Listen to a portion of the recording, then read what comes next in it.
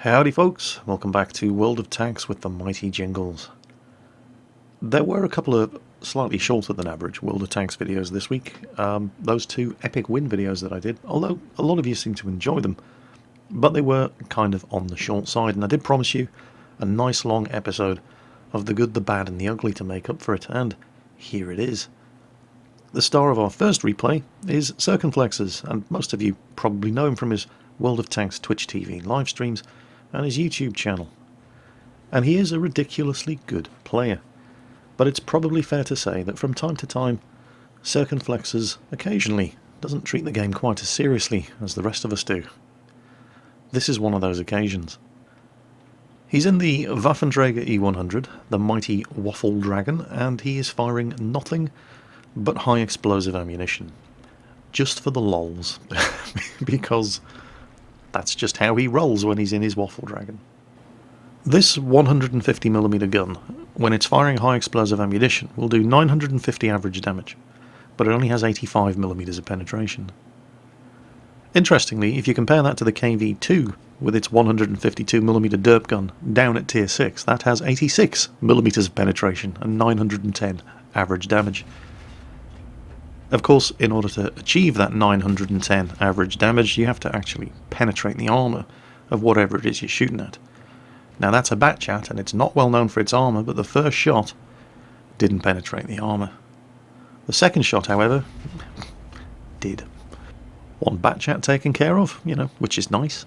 But he's only got one shot left, and he is kind of in the middle of nowhere here, so while he's covered by all of those tanks up in front of him, engaging those guys in the town, he goes for a reload and moves up to get himself into a better position where he's not quite as exposed, while he spends the best part of a minute reloading the 150mm magazine on this tank destroyer. So, you don't want to sit here watching him reload his magazine for 50 seconds, so we skip ahead to when the magazine's reloaded, and then he starts doing it all over again. And, yeah, he's hit another tank, he's done some more damage, but there's nothing special so far about this replay. Generally speaking, Circonflexes does not send me replays very often, and usually when I get an email from him and he's saying, look at this replay, there's going to be something special there. And I'm just not feeling it yet. I was sitting at this point in the replay thinking, well, it's alright, but I'm just not feeling the love at the moment. I mean, what made you pick this replay out and send this replay in, of all the games that you play, because he plays World of Tanks a lot? Why was this one special? Well, trust me, when it happens, oh, you'll know. Oh yeah. Yeah, you have a while to wait yet, but it's going to be worth it. Remember, he's firing nothing but high explosive ammunition here. And while, a single shot from this 150mm autoloader does compare to a single shot from the KV2 all the way down at tier 6, and it's not a completely ridiculous comparison, on a shot-for-shot basis, this thing has 85mm of penetration, the KV2 with its high explosive has 86. The KV2 does 910 average damage, this thing does 950. The primary differences, of course, being that the KV2 doesn't get no autoloader, it's 20 seconds between shots. Then again, the KV2 is firing at the kind of targets that it usually, or often, can penetrate and do full damage to with its 152mm shell. You can't rely on the ghost of Stalin to reach up from hell and guide your shots to the weak spots of enemy tanks when you're driving a German Waffenträger. You have to pretty much do it all yourself. Object 140 there, came around the corner, saw him, panicked, didn't realise he wasn't loaded. Of course, now he is loaded.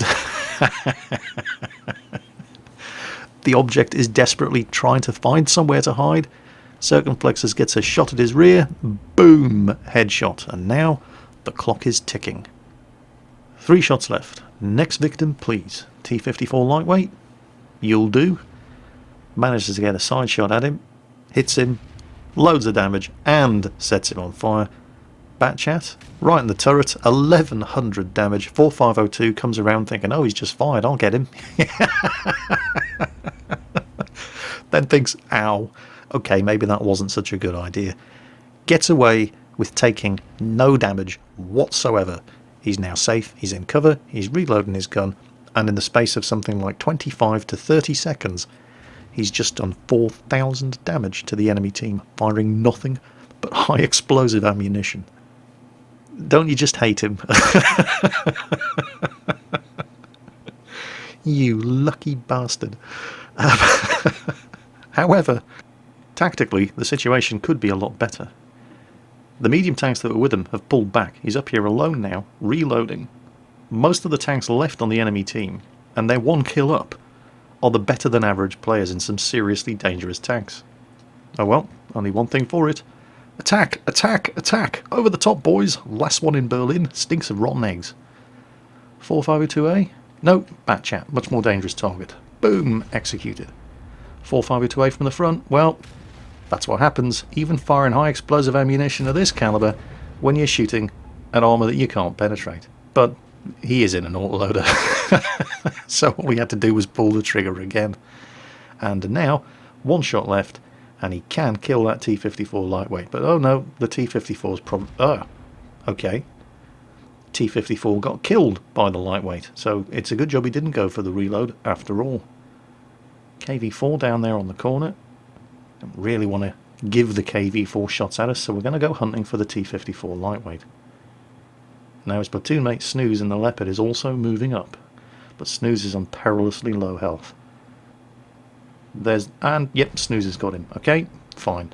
Now we can go for a reload, and he's had his fun. Now it's time to start taking things seriously, because there is a KV-4 between him, Snooze in the Leopard, and the rest of his team. And while he could probably do a lot of damage to the KV-4 just firing 4 rounds of high explosive, they really need to kill that KV-4. Snooze in the Leopard really cannot afford to take another hit. And the Leopard of course has no armour. The KV-4 is entirely capable of killing him. So Snooze is going to spot and try to keep the KV-4 distracted while Circon closes in for the kill, using as much cover as possible. He's not reloaded yet. And now he's been spotted. Snooze doing the most he can to try to get this guy's attention, but the KV-4's having none of it. He shoots, he gets a hit on Circonflexes' gun shield, but it's not going to be enough. And it's only going to take one more shot. KV-4 disposed of. He goes for the reload, and he's right back to the old herpaderp high explosive ammunition. Looking at the health of the 2 remaining enemy tanks, even if that mouse doesn't do any more damage to them, and he's probably not going to live much longer, one clip of high explosive will probably be enough to take out a Waffenträger 4 and an E75, and there goes the mouse. Pulls the camera right back.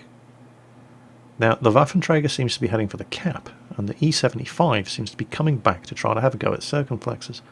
So Snooze is at one end of the road, setting up to cover the cap circle, and Circonflexes is at the other, waiting for that E75 to come around.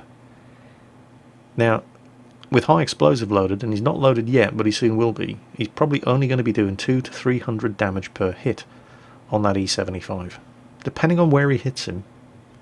And the E75 has over 600 health, so it's likely to take 3 shots to kill the E75. But of course, he's not alone. Snooze is there in the Leopard with a seriously good gun on him, so Circonflexes has all the health. It looks like they're both capping. He's going to go around first, he's going to take the hits, and once they've both fired at him, Snooze is free to fire with impunity, and E75, bang, doesn't do a lot of damage. Finish off the Waffenträger, don't let him reload. Snooze puts a shot into the E75, which leaves him on enough low health that the final round of high explosive doesn't even need to penetrate to kill him, and this game is over. Well, our next replay comes courtesy of Bubo Bubo, and we've seen him before, and we're going to see him again. He sent me a whole clutch of T49 replays in, most of which were absolutely excellent. So we're going to be seeing more T49 gameplay, probably a subscriber special to show you the remainder of the games that he sent in, but I wanted to include this one in the good, the bad and the ugly, and when you see how it plays out, you'll understand why. So, the T49, new American Tier 8 light tank, comes with a choice of 2 guns, and most people are going to be using this one, the 152mm howitzer. It's using the prototype Sheridan light tank turret, And in real life, this gun was capable of firing the Shillelagh anti-tank missile. Now, you don't get that here in World of Tanks. Instead, what you get is a tiny little KV-2 that can do 72 kilometers per hour. And most people are going to be using this gun with the T49 because derp guns are funny. Although the 90mm gun on this thing is not bad at all. More of that, however, in an upcoming video. For now, oh, you just couldn't ask for a better shot. And a side shot at a Leopard prototype. Guaranteed penetration if it hits. And that, of course, is the downside of firing a derp gun. And of course, yeah, it's an American derp gun, so he can't call upon the ghost of Stalin to reach up from the depths of hell and guide his shot to the enemy weak spots. He has to do it all himself. And, well, we've heard that before in this video. Anyway, so disappointing start. I mean, this gun does a lot of damage, but you have to actually hit the target, and it is monstrously inaccurate and has a huge aiming time. And as is true of all howitzers, it's a very low velocity shell, so it takes more time than you're used to for it to reach the target. If the target's moving, you have to give it a hell of a lot more lead time. So, disappointing start, one shot fired at such a juicy target, and it completely missed. Oh well. Plenty of enemy tanks left. And this is probably the best kind of matchmaking you're ever going to see in the T49. It's a tier 9 game on Swamp. Generally speaking, this thing will only get into tier 9 or 10 matches. You really could not ask for better matchmaking in this tiny little American tier 8 light tank. I don't have this yet myself. I've just unlocked the Walker Bulldog, which I absolutely love. I think the Walker Bulldog is a fantastically fun tank. I'm in kind of two minds about the T49. I mean, you know, KV-2 that can do 72 kilometers per hour, what's not to like? But, yeah, I don't know. And, you know, I suspect that's my problem rather than the T49. I just don't really have the fire discipline required to resist taking shots that are probably not going to hit with this howitzer. Oh, that is... and, ooh, talk about a bad start. That is not good. Poked around the corner, instantly took 2 hits, and didn't even get a shot off in return. He's not having a very good game so far, is he? To be completely honest, this replay isn't so much about Bubo Bubo, although he does come good, but it's more about... Oh, hello. Okay, now, that one... That's more like it. That's what this tank does. Alright, let's not get too carried away. It was just a T21, but there's a Carnarvon down there. And the Carnarvon isn't exactly over-endowed with armour, but if the Carnarvon is smart enough to keep his front pointed towards Bubo Bubo, then he's not going to penetrate, and he's not going to do full damage. On the other hand, Carnarvons do seem to burn remarkably well, and once he's been reduced to low enough health, it really doesn't matter where he hits him with this high explosive shot. He's going to kill him anyway. Now a Black Prince, on the other hand, that is bad news. Black Prince, very, very heavily armoured. His armour is going to shrug off most of the damage of one of these shells unless he is dumb enough to shoot at a T-54 instead of a T-49 and allow him to get round behind him and put a shot right up his big fat British ass where it is going to penetrate and do full damage. And it's remarkable that Bubo Bubo actually had the fire discipline to hold his shots and get around and ensure that he did full damage. Most T-49 drivers would at the very best have taken a shot into the side and just hoped that it was going to penetrate. And his discipline rewarded him with a full damage penetrating hit on the rear of the Black Prince. And here comes the Leopard prototype he missed earlier on. He ain't going to make that mistake twice. But some absolutely terrible decision making on the part of the Black Prince driver there. 2 tanks in front of him, and don't forget the Black Prince's gun is rapid firing but low penetration. And of the 2 tanks that you can choose to shoot at, one of them is a tier 9 medium T-54 who's facing you and on almost full health, and the other is a T-49 who's going to one-shot you if he lives long enough to get around behind you, and he's on half health, and he chose to shoot at the T-54. Certainly not complaining. More enemies like that, please. Meanwhile, the gun's reverted to type and he's just missed that Tiger 2 while taking a hit from him in return. T-54's gone around. He's now reduced the Tiger II to such low health that Bubo just has to land a shot of high explosive near to the Tiger II, and the splash damage will kill him. And there we go, he's got him. Only did 12 damage, but a kill's a kill. That's one less gun shooting back at them. Now, the Tiger II driver really didn't see the funny side of that shot, although, you know, I did. And right now, it's going to take a while because he's typing an entire letter to express his rage and disappointment in chat, but it'll be worth it. And keep an eye on chat. Hopefully you're watching this in high enough resolution that you can actually make out the battle text. But yeah, he really rustled that Tiger II's jimmies with that one. I mean, he only did 12 damage to the Tiger II this entire game. But no, it's all the fault of the T49. It's, never mind everybody else who did over 1,000 damage to him. It's those overpowered derp guns. That's the root of all that's wrong in World of Tanks. Come on, Mr. Tiger II. Vent your spleen into chat. He's a slow typer. You're going to have to put up with him. Come on, where is it? There it is, yay! That's right. T49 does 12 damage to you, and everything that's wrong with World of Tanks is his fault. He's just a lucky auto-aimer. Yeah, I don't think so.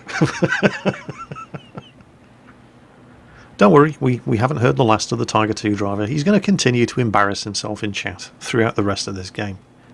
Now, AMX 1390 spotted. Bubo is reloaded. He didn't spot the 1390, but he's in a position to do something about it.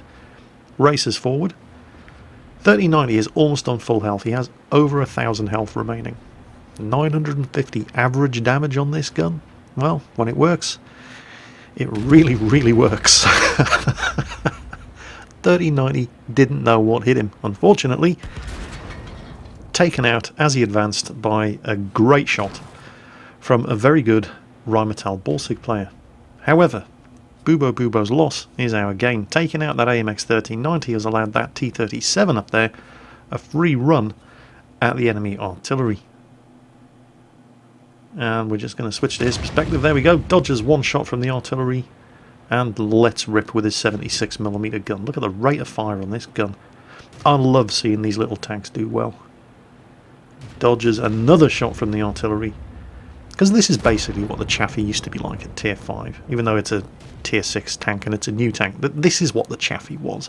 And I loved the Chaffee. And I do like to see this tank doing well. So he's had his wicked way with the enemy artillery.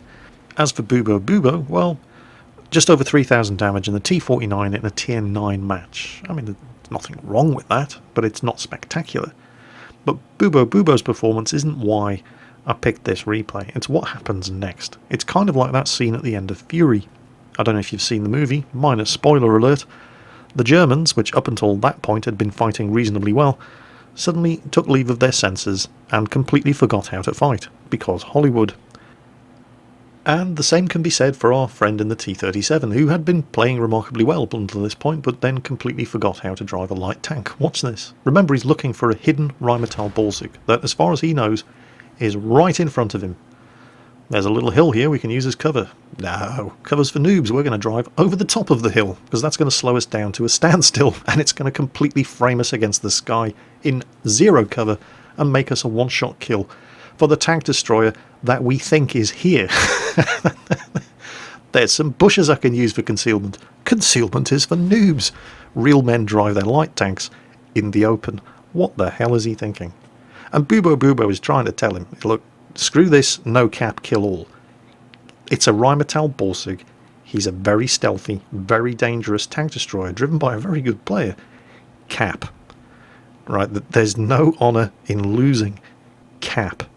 Get your ass into the cap circle, sit in one of those shell holes, and make him come to you. Rheinmetall Borsig's biggest advantage is firing from stealth. Hidden, not moving, waiting for you to blunder in front of him, which is exactly what the T-37 was doing, playing right into his hands. He finally listens to Bubo, and he does the right thing. Gets his ass into a shell hole, and sits in the cap circle. The Borsig is now on a timer. Now the ball is in his court. He has to react. He's being capped. He's going to lose. He can't just use all of his advantages, sit in cover and wait for these guys to come to him where he can kill them off one by one. which is exactly what would have happened if he hadn't relocated after nailing Bubo Bubo. He'd been spotted at that point, so he relocated the tank, and it's only because he did that that this team is actually winning. T-37 would have been dead, T-28 prototype would have been a 2-shot kill. The Borsig was on full health, the T-28 prototype would not have been able to kill him. This game would probably have been over if the T-37 hadn't listened to Bubo Bubo and finally done the right thing. Target 2 driver, of course, continues to embarrass himself in chat, whining about how there's no honour in capping. Well, there's not much honour in losing either.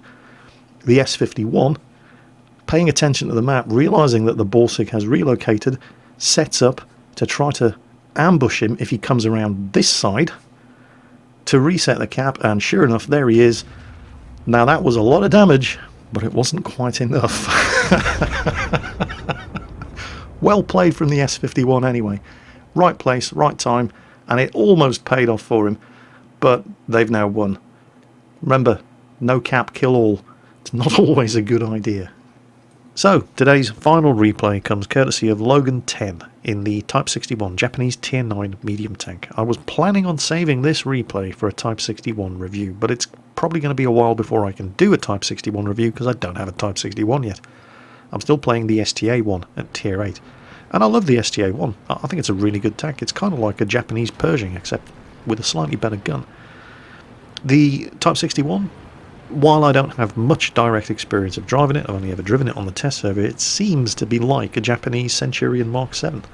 Except it's faster, and it doesn't have that bouncy gun mantlet. In fact, this tank really doesn't have any armour at all, anywhere. But, you know, there are worse tanks in the game to be compared to than a Mark 7 Centurion. If it plays anything like the Mark 7 Centurion, I'm probably going to enjoy driving this tank as well. So, what's going on in this match? Well, it's a Tier 9 game, but there are only 2 Tier 9 tanks on each team, and Logan is in one of them. On the other hand, it's Lakeville Encounter. And Lakeville Encounter is generally a heavy tank and sniping tank destroyer kind of match. However, there aren't that many heavy tanks on either team, and most of the heavy tank players are not particularly good. So we're, under normal circumstances, driving a very lightly armoured medium tank like this into the town I'm not going to say it's a terrible idea, but it can be risky. You have to know what you're doing. But if you can get there quickly in a fast medium and there's not much heavy tank opposition, you can capitalise on it. A lot like that T-54E1's doing, om-nom-nomming a very foolish AMX-1390 to death, but he's taken hits doing it.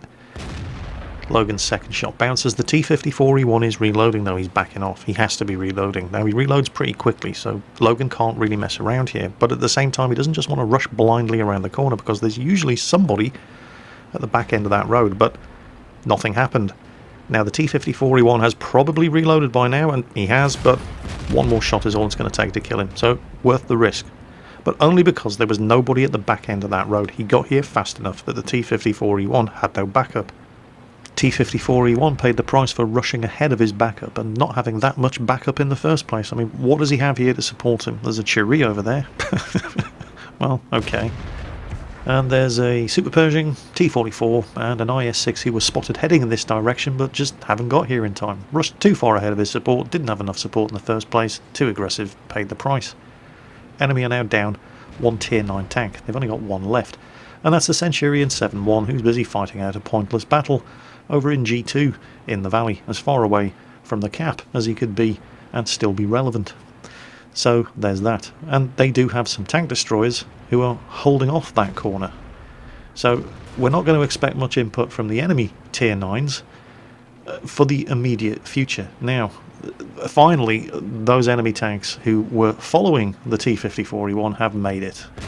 There's the IS-6, and he just took a fearsome beating at the hands of this 105mm gun, which, by the way, because people keep saying it in the comments, he's not using gold ammunition.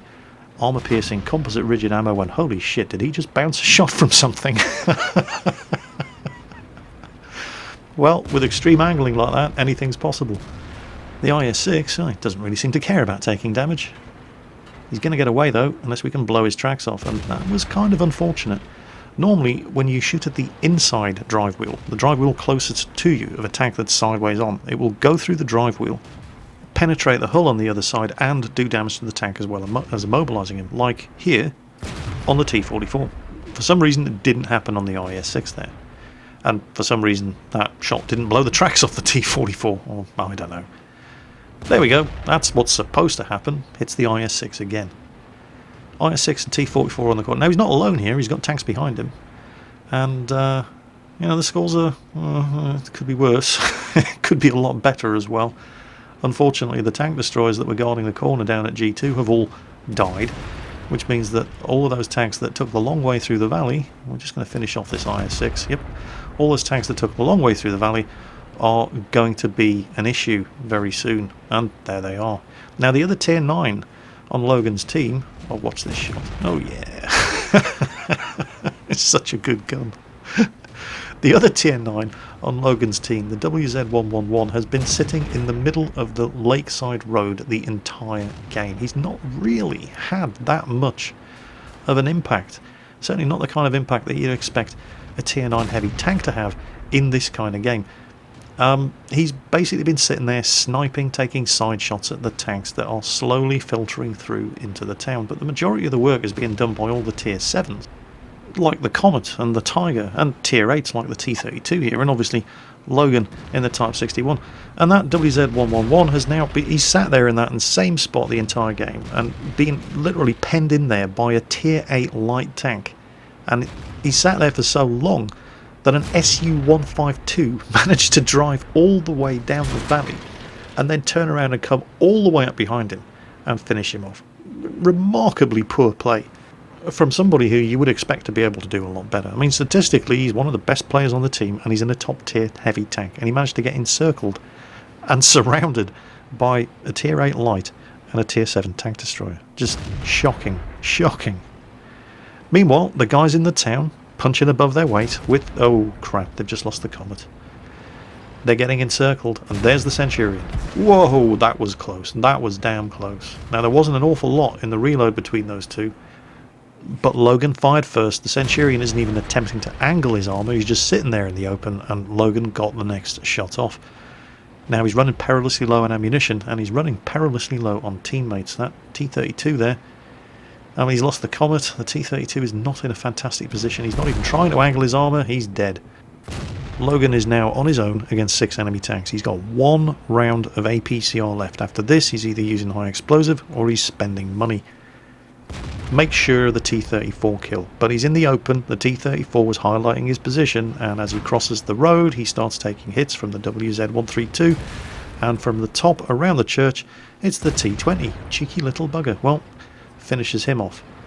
4 enemy tanks left. He knows where the WZ-132 is. He's up that central road next to the lake. The Su-152 was up there with him. The Su-152 is the one that killed the WZ-111, and there's the Indian Panzer.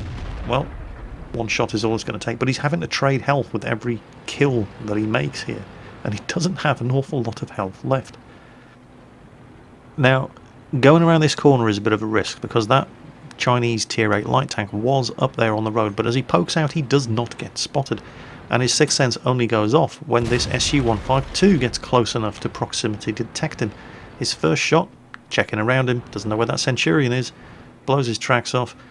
The Su-152 either doesn't have or doesn't want to use a repair kit, and that costs him his tank. So now, it's 1 against 2. Right now I'm thinking 2 things. Where did the WZ-132 go? Oh, there he is.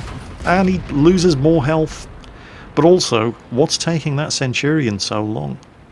The Centurion was spotted on the road, down there, and we haven't seen anything of him since. The WZ-132 is going to be detecting Logan for the Centurion. He's in an agony of indecision here. And then, well, there's the Centurion. Too slow, far too slow.